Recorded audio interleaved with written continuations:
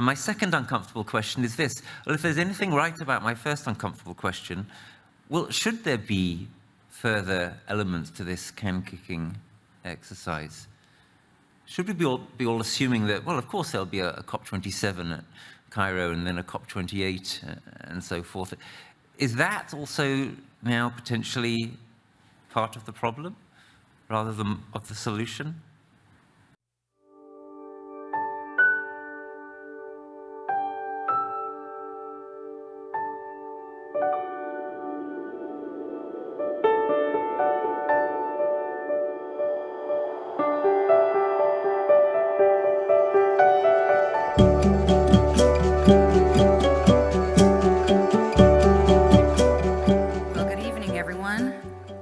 For being here tonight, this penultimate evening of COP26 here in Glasgow. That is, unless the rumors about the COP being extended are true. My name is Regina Valdez, and I'm the Program Director for Climate Reality Project in New York City, as well as a Climate Reality Leader and Mentor, Green Faith Fellow, and Lead Green Associate. And tonight we offer you a COP26 Recap, where our panelists will discuss whether this COP has been the success that the world had hoped for, or if instead a lot of blah, blah, blah, as stated by Greta Thunberg. We're going to begin by hearing from Dr. Peter Carter, who is joining us via video. Dr. Carter is a medically qualified doctor with a background in environmental health policy. He is the director of the Climate Emergency Institute, as well as an IPCC expert reviewer, and co-author of Unprecedented Crime, Climate Science Denial, and Game Changers for Survival. So without further ado, let's roll the tape. Today, the 10th of November at Glasgow, COP26, we received the first draft of what will be the concluding document of the conference. So as inevitably, particularly because of the voting system of the UN climate conferences, this will be negotiated down. This is the best that we're going to receive from COP26. And it really wasn't any good in any case. It acknowledged the climate and biodiversity crisis, should have called it emergency. It acknowledged that emissions had to be reduced, global emissions had to be reduced rapidly, didn't say immediately as the IPCC chair. And it said, and this was good if it stays in, and I don't think much of this will stay in because the fossil fuel promoting, supporting, producing countries will not allow it. But they did say that the emissions, global emissions of carbon dioxide have to be reduced what amounts to 50% from 2020 by 2030. So it'll be interesting to see if that stays in. There was a lot of blah, blah, blah. There was a lot of excuses and urging countries to honor their obligations under the 1992 convention that the long industrialized countries have never honored. So this says we will do, we promise to, and we urge that we do, a lot of blah, blah, blah, and reflects the fact that the long industrialized countries with a lot of money still refuse to meet their obligations to the most climate change vulnerable and least developed countries. And that is absolutely awful. Morally is so unbelievably unjust, and it's an obstruction to progress in the convention. So there was nothing that will result in global emissions of carbon dioxide or greenhouse gases to decline one bit. Nothing. No carbon pricing, no greenhouse gas pollution pricing, no termination of fossil fuel subsidies, just a comment that they should be phased out. Well, the G20 agreed to end fossil fuel subsidies back in 2009 at their Pittsburgh summit, and this COP draft text says that they are still not going to do this. That is a crime of all time, and already observers are saying, well, we're going to have to wait yet another year to the COP27. So the best thing, I think, that came out of the COP was that Greta Thunberg and her team of international youth, climate advocates and activists, they sent a petition, it's online, a formal petition to the United Nations General Assembly, to the Secretary General Antonio Guterres, who has been so good on climate, and they have sent their petition that the United Nations General Assembly must make a climate emergency declaration statement. Now, that is absolutely, totally the best thing, because that's something that we can all get behind. The whole world can get behind this petition made by the best of our youth, led by Greta. We can all do that. That could really get things moving, because we've been told that now we have to wait for another year to the next COP27 in Egypt before anything can happen. No, we have to have a massive movement to force all of the governments, to force the world economy to change and get real and do what we need has to be done. And that's very simply terminate fossil fuel subsidies immediately. Everybody knows that. Of course, it wasn't there. Tax, charge, fee the big polluters and make it a realistic charge. In my view, it should start at $100 per ton and increase at least 10% every year. Without those two things, we have no future. With those two things, if we can force them to happen, then we could. So that's it, as I see it. Wow, okay, so another COP of kicking the can down the road. And I see we have one vote already for blah, blah, blah from Peter Carter. Next on our panel, I'd like to introduce Nick Breeze. Nick is a climate communicator who has written and produced filmed interviews with over 200 climate change experts. He contributes regularly to The Ecologist and Climate Gen, if I pronounce that correctly, okay. He is co-founder of the Cambridge Climate Lecture Series. So Dr. Carter states that there is nothing in this COP will lead in any real way to greenhouse gas emission decline. I'm wondering what have been your observations in the last 2 weeks, Nick? Okay, I'll read you my notes. In the last couple of weeks, we've endured the usual pomp and circumstance of the UNFCCC COP meetings, with world leaders and billionaires flying in to share their pearls of wisdom.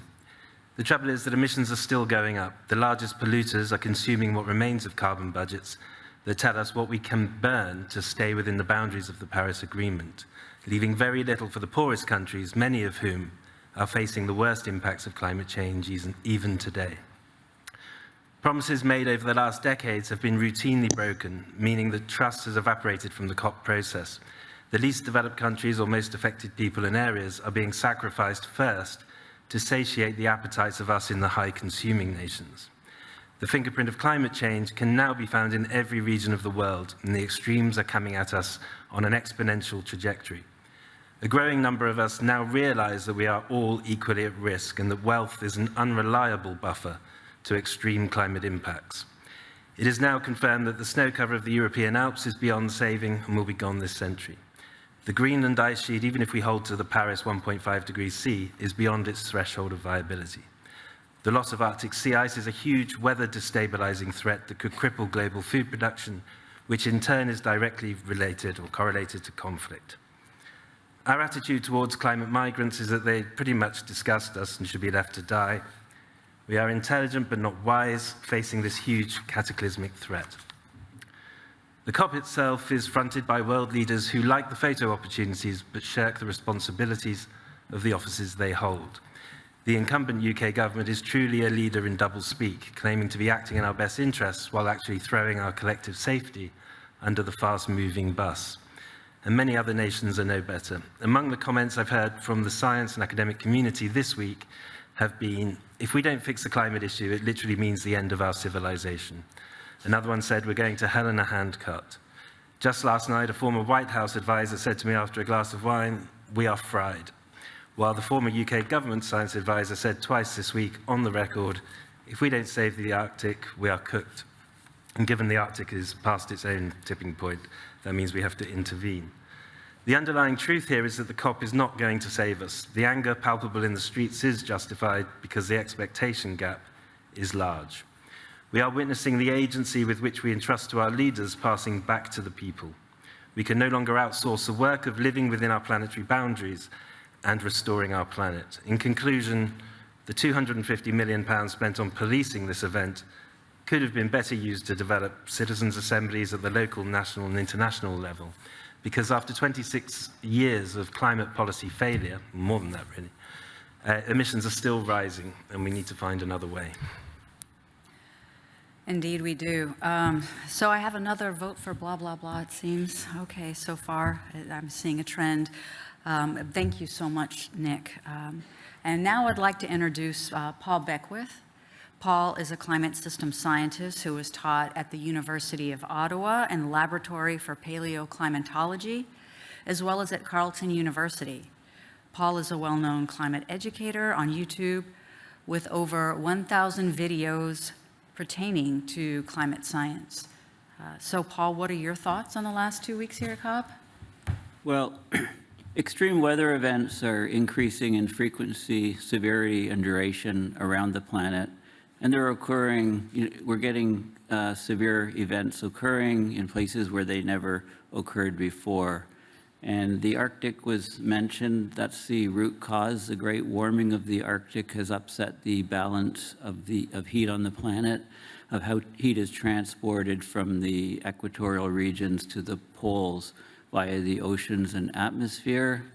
We've basically changed the system of jet streams and air currents in the atmosphere, and we've changed the ocean currents, and we're heading to complete loss of Arctic sea ice, which will result in much greater warming of the Arctic than anything we've seen yet. And I think that this will severely disrupt global food supplies, causing geopolitical conflict, huge price spikes in food, and probably famine. Jacobabad, Pakistan was 125 degrees Fahrenheit this summer, which is 51 2/3 degrees Celsius. You know, you say, okay, that's Pakistan, it's always hot there, but British Columbia and Canada reached 49.6 degrees, and this was quite far, this was quite high latitude. And that happened for 3 or 4 days in a row, and then the town of Lytton, British Columbia burned down, and we saw, you know, Paradise, California burned down a few years ago. So these sort of events are going to increase. We're going to see more of them, and it's written into the system already. We can't stop that. But what have we done in COP? Well, some things have been done. I mean, methane emissions down 30% by 2030 has been agreed upon by many countries, but not all countries are there, notably China and India. Deforestation supposed to stop by 2030. More money pledged for adaptation, yet previous pledges that we've seen in other COPs have not been met. And just yesterday, we got a little bit of a spice news. The US and China have agreed to slow emissions by 2030. So, you know, maybe incrementally some things are being done, but not to the urgency that we demand and require in order to save this planet. You know, the politicians and world leaders seem to be the last ones to be understanding the extent of this climate emergency that we're in. You know, walking the streets of Glasgow, there's posters everywhere talking about the climate emergency. I've seen urgency levels notched up, way up, since Paris and Madrid and Lima, Peru, since those COPs. But those urgency levels are in the general public that is outside the COP, in the youth. You know, young people are literally in tears fighting for their lives, and they don't see they don't see action strong enough to give them, a lot of hope for the future. Lots of young women are refusing to even consider the idea of having children. I mean, how serious and how sad is that? They don't think that there will be a decent world for them to bring up their kids in.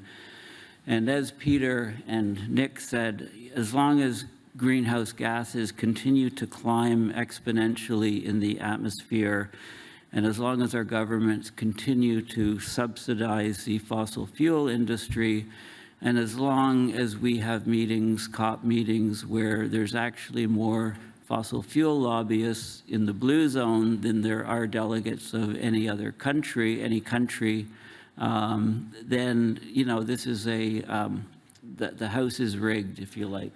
The system is rigged, and it's not honestly dealing with the severe threat that we face from abrupt climate change. Thank you so much, Paul. I like what you said about the House being rigged, because it brings me back to one of our first talks here, the climate casino, and how the House always wins. And of course, that's the fossil fuel industry. And of course, they're at every corner of this COP. Next, I'd like to introduce Rupert Reed. Rupert is an associate professor of philosophy at the University of East Anglia and author of Parents for Future. It's either come out or will come out in 2021. Oh, it's out. Okay, it's out. And he's also co-editor with Jim Bendel of Deep Adaptation, Navigating the Realities of Climate Chaos. And this is the first book ever written on deep adaptation. He's also the co-founder of transformativeadaptation.com. So Rupert, we'd like to hear from you. So I want to make a bold claim, but I think it's true. This COP will go down in history as the COP that killed 1.5 degrees. It is not true that 1.5 degrees has been kept alive by this COP. It's not even on life support as far as I'm concerned. The analyses of the Climate Action Tracker and the UNEP Emissions Gap Report addendum are clearly showing that when you take into account what is realistically offered by this COP, then we are heading for closer to 3 degrees. And it is no longer possible to let them credibly get away with saying that that's a way of keeping 1.5 degrees alive. When I read the draft agreement the other day, I was actually shocked. I've got to admit it to you. I feel almost scandalized about myself to say that, because I've been warning for months about how ineffectual this COP was going to be. But even I wasn't expecting something as vapid as the actual document. There's basically nothing in it. Nothing by way of commitments. All it says is we want to try and do this, that, and the other in the future.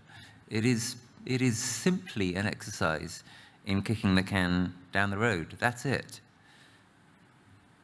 And given that, we must conclude that 1.5 degrees is no longer credible. And this is a terrible thing to have to say, but I think it's nothing but the truth.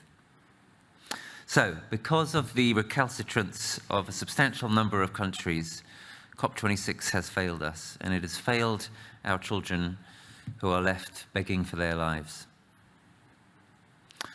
And in the light of that, I want to raise a couple of uncomfortable questions. First question is this. Yeah, sure, we can point our fingers at the fossil fuel industry, obviously, and at the countries failing to show leadership, and there are other villains as well. But what about our own role in this?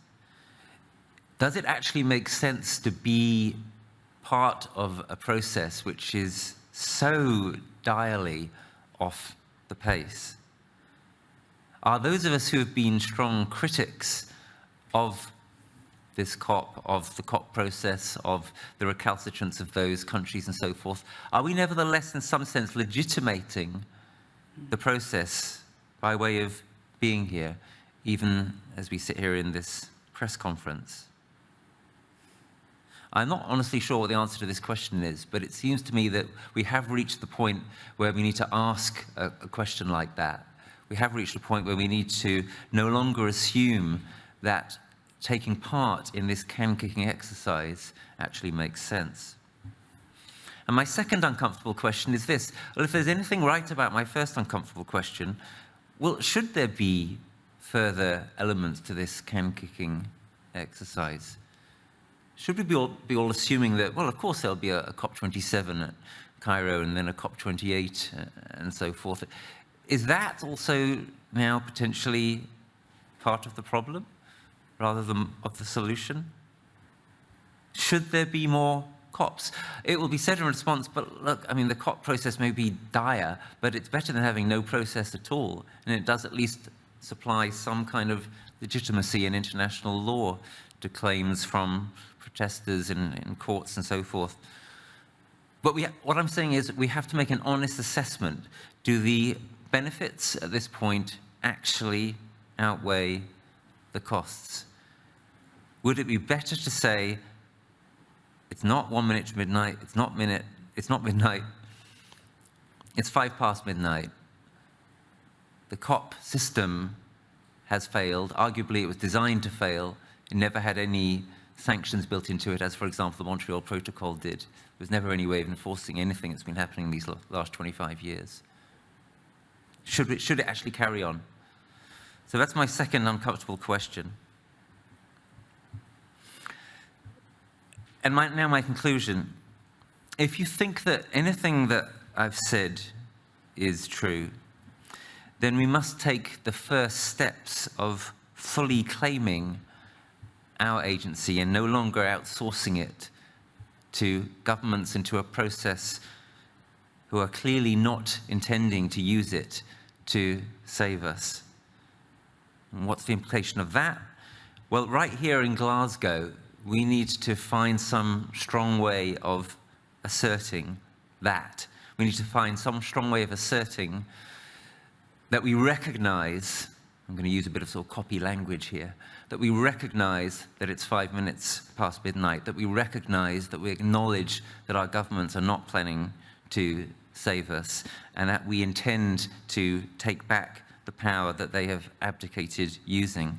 And what that means in very small, micro terms, it seems to me, in the next couple of days as this COP comes towards a close, is that not just outside the blue zone, but inside the blue zone, we should consider protesting. We should consider walking out. We should consider joining those who are outside the exits. We should consider joining those who are going to be protesting in London on Saturday. We must mark and narrate this infamous moment in human history, the moment where 1.5 became consigned to history and where it became clear that no one's coming to save us.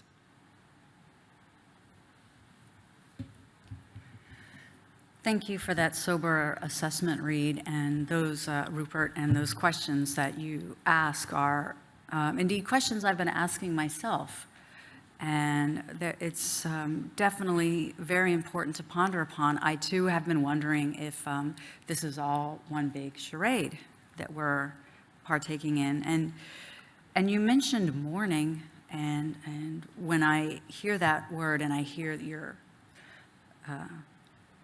idea that, you know, we've passed 1.5 and on the pathway to 3 degrees, how then do we deal with this, the idea of mourning and the youth that we've let down so much, the youth that is supposed to be filled with promise and hope for the future, when yet they're looking forward with a sense of mourning? How do we prepare them? How do we support them? What would our role be, do you think, Rupert? Yeah, well, I think that's a great question. There's obviously much that I haven't said in my brief remarks, and the same for my excellent colleagues here. One unsaid implication is there needs to be a much bigger pivot to adaptation if what we're saying is right, because, you know, the shit's coming down the pike at us, so we're going to have to prepare for it.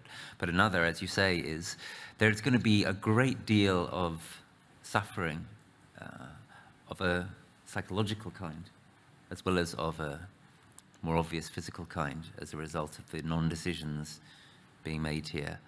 And that kind of pain, that eco-grief, that eco-anxiety, that requirement for mourning, we're going to have to find ways of supporting that and facilitating that.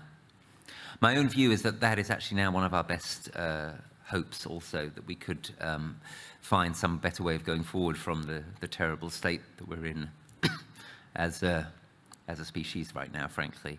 In other words, I think that these painful emotions, if you allow yourself to really experience them, to really face the grief, the anxiety, the anger, the horror,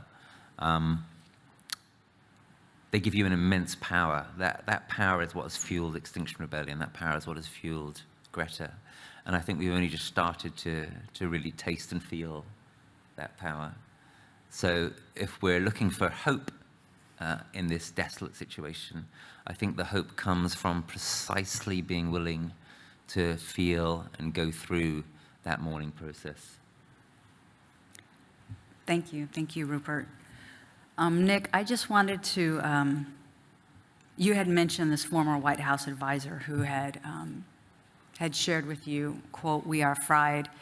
And it seemed like such a, pardon me for being slightly judgmental, but it seemed like somewhat of a craven admission.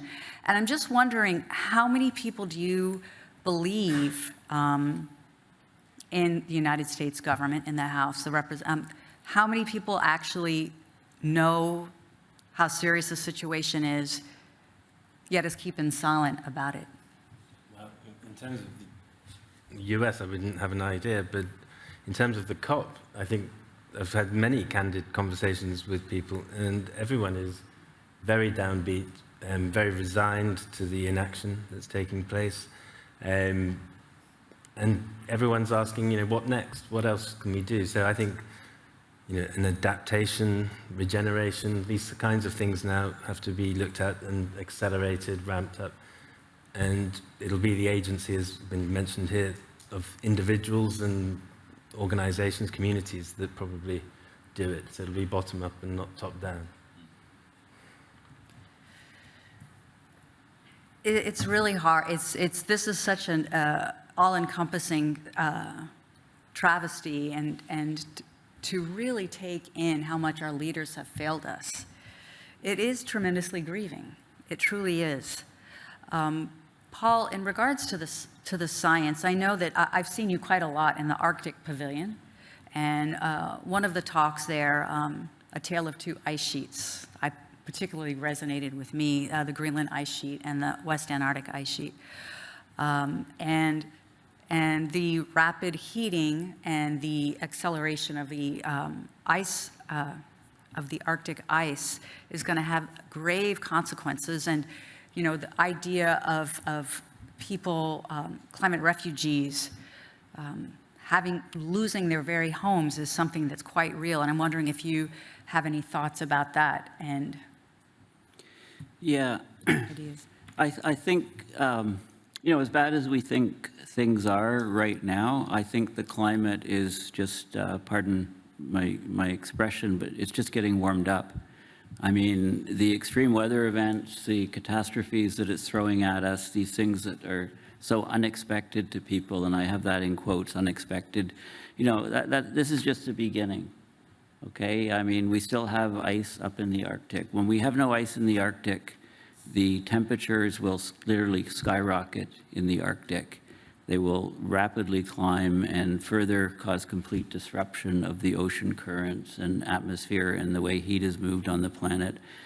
And we won't recognize our planet soon, so there'll be a scramble within countries to, survive this thing, because it's going to get a lot worse than it is now, unfortunately. So, we have to prepare ourselves for that. Well, Thank you so much. Thank you for everyone on our panel. I wish that we had better news for you, but it seems like COP26 is blah, blah, blah. Not so much good has come out of it, and we all have to embark on the journey of mourning so that we can get to the other side and begin with action and adaptation. But I do want to thank you all for staying through this talk. It hasn't been easy.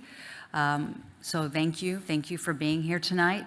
I also want to thank the organizations that have made this talk possible, and that is the Buddhist Tzu Chi Foundation, the Interfaith Center for Sustainable Development, the International Society for Ecological Economics, and Sustainable Population Australia. So thank you so much, everyone, and have a good COP.